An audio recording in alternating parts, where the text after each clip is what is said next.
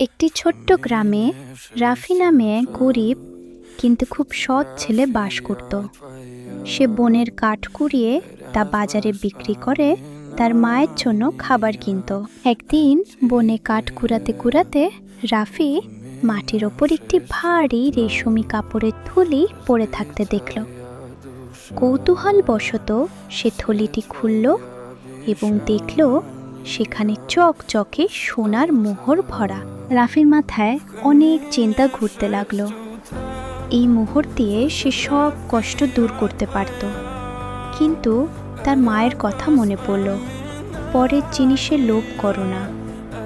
সে ঠিক করলো থলিটি সে মালিককে ফিরিয়ে দেবে। রাফি থলিটি নিয়ে তার মালিককে খুঁজে বের করলো। ব্যবসায়ী তার সততায় মুগ্ধ হয়ে মোহরগুলোর একটি বড় অংশ রাফিকে পুরস্কার হিসেবে দিলেন। সততার জয় হলো।